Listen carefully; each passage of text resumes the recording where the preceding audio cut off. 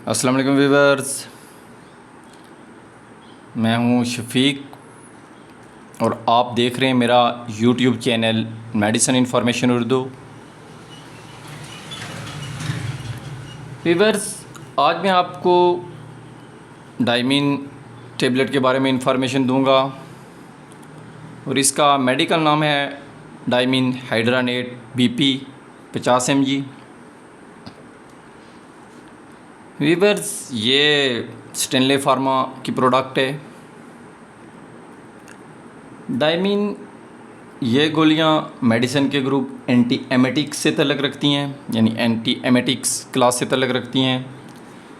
ये गोलियां उल्टी रोकने के लिए इस्तेमाल की जाती हैं। इन गोलियों के इस्तेमाल से दिमाग को उल्टी देने वाले सिग्नल ब्लॉक हो जाते हैं, यानी कि जो ऐसे सिग्नल होते हैं जो दिमाग को उल्टी करने पर मजबूर करते हैं, उनको ब्लॉक कर देती हैं।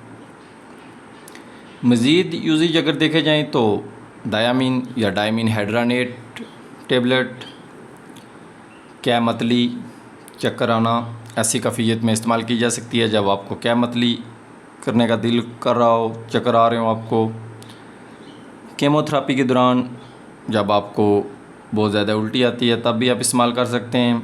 इलेक्ट्रोथेरेपी के दौरान जब आपको उल्टी करने का दिल हो तब भी आप इस्तेमाल कर सकते हैं। एनेस्थीसिया के बायस जो उल्टी आती है उसके लिए भी ये ज़बरदस्त है। सर्जरी के बायस बाज़ लोगों को उल्टी आती है, उसमें भी ये इस्तेमाल की जा सकती है। दौरान सफ़र कुछ लोग उल्टियाँ करना शुरू कर देते हैं, चक्कर आते हैं उनको, बार बार उनके मुंह में पानी आता है, तो ऐसी जो है ना कंडीशन में भी डायमीन टेबलेट इस्तेमाल की जा सकती है। मिक़दार खुराक अगर देखी जाए तो ये बड़ों के लिए 1 से 2 गोलियाँ दिन में 2 से 3 बार इस्तेमाल की जा सकती हैं। ये गोली सफ़र शुरू करने से 20-30 मिनट पहले लेनी चाहिए।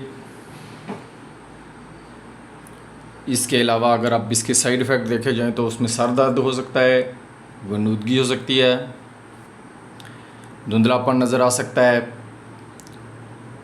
एहतियात के तौर पर जो लोग ड्राइविंग के दौरान ड्राइविंग करते हैं उनको ये गोली नहीं लेनी चाहिए और दौरान ड्राइविंग भी नहीं लेनी चाहिए। प्रेगनेंसी में भी इसका इस्तेमाल महफूज नहीं है। दूध पिलाने वाली माएँ एहतियात के साथ इस्तेमाल कर सकती हैं। व्यूअर्स, उम्मीद रखता हूँ कि डायमीन हाइड्रानेट या डायमीन टेबलेट के बारे में मैंने आपको जो इन्फॉर्मेशन दी है वो आपको पसंद आई होगी। वीडियो देखने का बहुत शुक्रिया। आपसे गुजारिश है कि मेरे YouTube चैनल को सब्सक्राइब करें और मेरी वीडियोज़ को लाइक और शेयर करें। खुदा हाफिज़।